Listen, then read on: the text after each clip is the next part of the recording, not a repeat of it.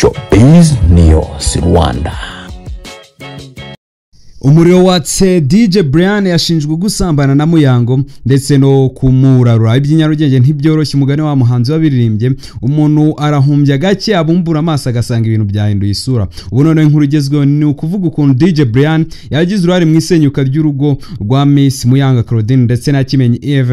Bamaze iminsi badacana waka ariko bagakomeza kubihisha, mbese batwitse inzu bashaka guhisha umwotsi. Turaje tubirebe rero tuvuga uburyo uyu ngo Muyango Claudine yaba ari umutinganyi. Turebe se ibi bivugwa ni ukuri koko Muyango Claudine ni umutinganyi cyangwa se baramubeshyera. Turahita tureba kandi ku nkuru ya Papa Sava wavuze uburyo akunda Bruce Melody by'ikitekerezo, bakaba yitwa Niyitegeka Gracian wamamaye ku mazina arimo nka Papa Sava cyangwa se Seburi Koko Senka Kanda ndetse nandi ajya atandukanye. Yavuze urwibutso afite kuri Bruce Melody bakinanye muri filimi yitwaga Inshuti Friends yatambukaga ku Nyarwanda.com ku gice cyayo cyitwaga AfriFame, nyuma rero igatangira kugitambuka kuri TV10. Uyu nguyu rero Papa Sava yavuze uburyo yabanye na Bruce Melody by'igihe kirekire. Ese kandi waruzi ko Bruce Melody yaba ari umukinnyi wa filimi? Bruce Melody ura yahirinze kuva kera. Nibyo tugiye kuvugaruka muri iki kiganiro. Ukore subscribe yini Showbiz News Rwanda, amakuru yo ni buri munsi nakagaruka abagenda avugwa mu myidagaduro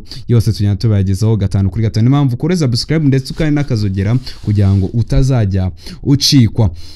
Uyu nguyu rero DJ Brian ndetse na Muyanga Claudine arashinjwa cyangwa se barashinjwa gutingana bombi, bikaba byaranatumye Muyango Claudine atandukana n'umugabo we Kimenyi Igivu. Imbarutso rero kumenyekana kwa amakuru y'amabanga y'urugo rwa Muyango ndetse na Kimenyi yaturutse ku mwuka mubi wavumbutse hagati ya Keza Trisk ndetse na Muyango. Uyu mwuka rero warenze aba bombi hagati yabo ugera aho utuma bishishanya kugeza aho Keza Trisk aheruka gutungurwa nuko Muyango yashatse kumwubikira imbehe mu kazi yagombaga guhuramo mu ijoro ryo kuwa 27 Kamena 2025. Bigaterwa nuko Muyango yashatse kumwubikira imbehe mu kazi bagombaga guhuriraho mu ijoro ryo kuwa 27 Kamena 2025.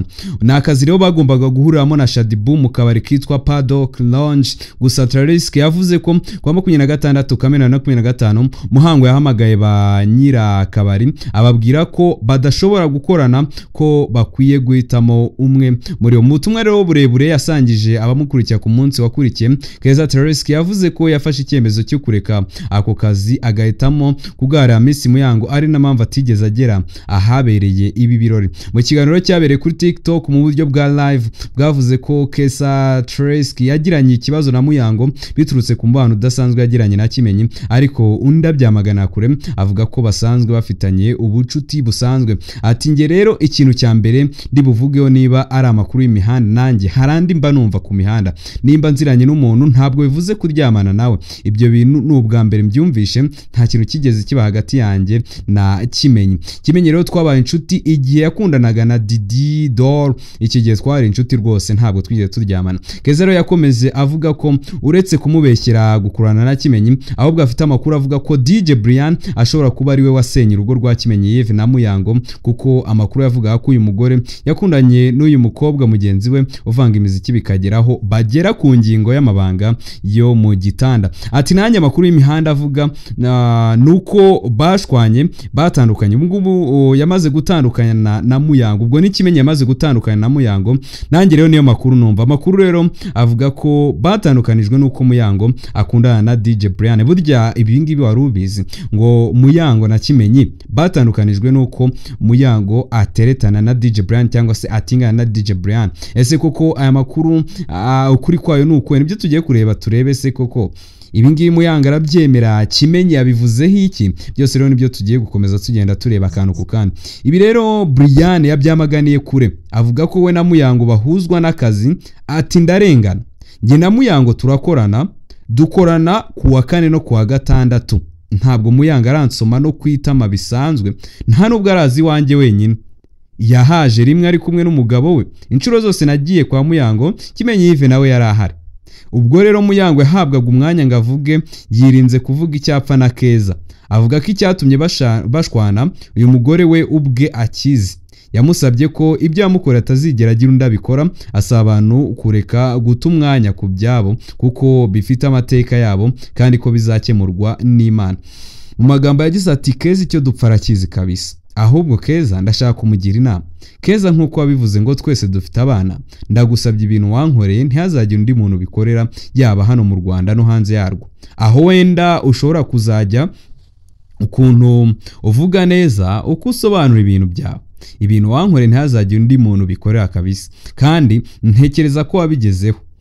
Asaba n'abandi bameze nka Keza kureka iyo myitwarire nk'iye, imyitwarire atigeze asobanura. Keza rero yahise azavuga ko Muyango yarakwiriye kuvuga icyo bapfa agaca amazi. Muyango rero ariko yanze kuripfana, kuko nanone yaje avuga ko ibintu cyangwa se ikintu cya mbere apfa na Keza ari uko yashatse kumutangamo pasi. Mu magambo yagize ati Keza rero ni umuntu wahereye kera ampigira pasi, ampigira hasi hejuru. Ntukabone umuntu atagize ikintu avuga ngo nurangiza uvuge ngo umuntu yatinye, nakaryarya.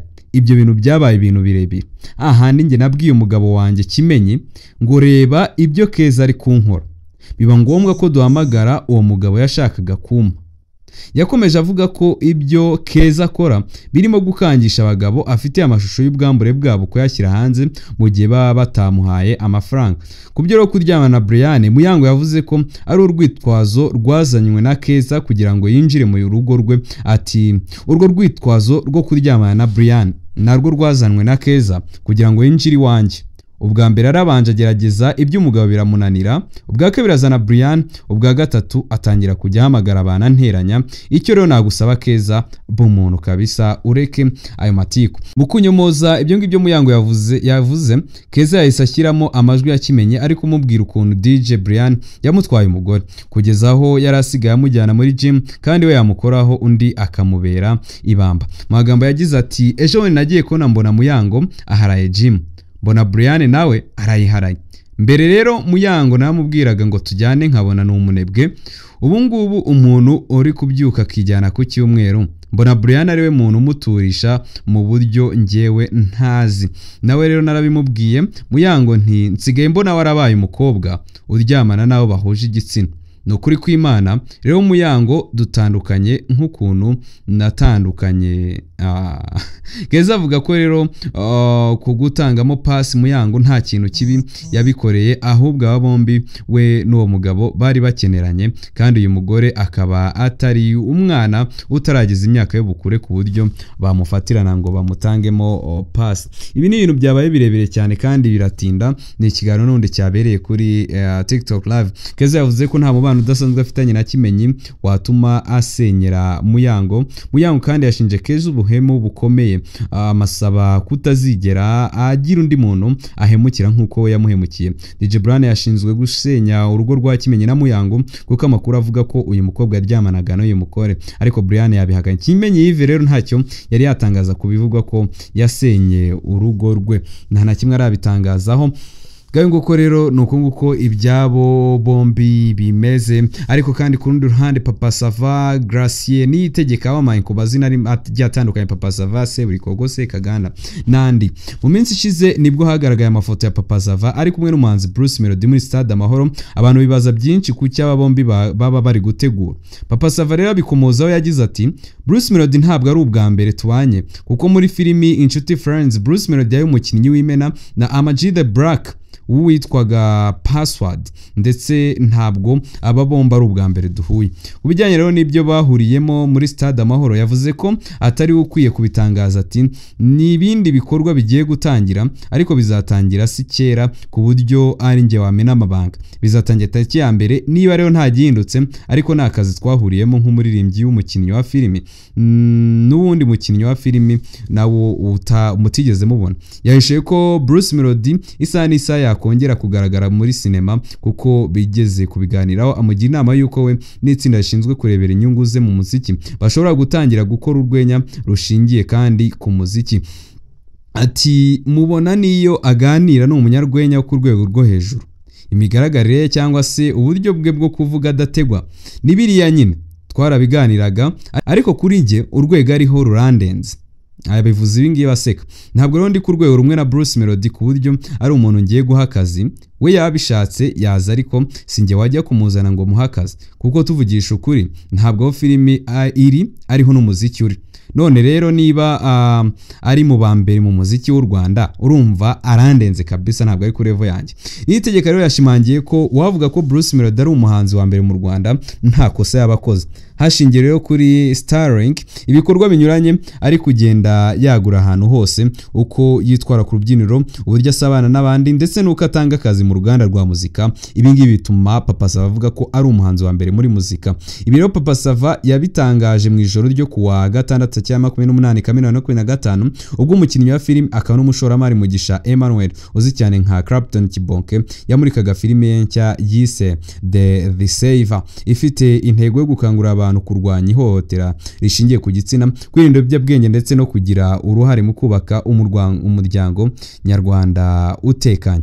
Mu kiganiro na Nyarwanda, Clapton Kibonke yavuze ko iyi filime izagera ku isoko rusange mu Ukuboza 2025. Ni filime yakozwe binyuze muri kampani ye Daymakers Entertainment isanzwe ikora imishinga ifite aho ihurira n'uburezi n'iterambere rusange binyuze muri sinema. Yagize ati The Saver ni filime irimo ubutumwa bukomeye ku muryango nyarwanda. Turakangurira abantu kwirinda ihohotera rishingiye ku gitsina no kutaricecekaho kuko rikomeje gufata indi ntera. Twibaze rero no ku bindi bibazo birimo ikoreshwa ry'ibiyobyabwenge, uburangare mu nshingano no kudagacira umutekano w'umuryango. Ibi ngiro tugomba kubyamagana. The Saver rero ikinwamo n'abakinnyi bazwi muri sinema nyarwanda barimo Twahirwa Ravaneri wubatse izina ku mbuga nkoranyambaga, Big Adwin, Damu Rusereman, Sifa na Mimi ndetse na Clapton ubwe agaragara muri iyi filimi nk'uko asanzwe nabikora mu yindi mishinga igiye itandukanye. Nitega Grace rero yashishe ko hari ibikorwa ageguramo na Bruce Melody mu ntangiriro za Nyakanga. Umuhanzi rero akaba n'umukinnyi wa filimi yavuze ko atari bwo bwa mbere ahuye na Bruce Melody kuko bigeze gukinana filimi. Papa Sava yahije ko Bruce Melody ajya yifuza kongera kugaragara muri sinema ndetse akaba ari n'inama Papa Sava yagiriye Bruce Melody. Rero ko rero ni Showbiz News Rwanda, ukore subscribe kugira ngo utazacikwa umunsi ku munsi. Ndabakunda cyane. Showbiz News Rwanda.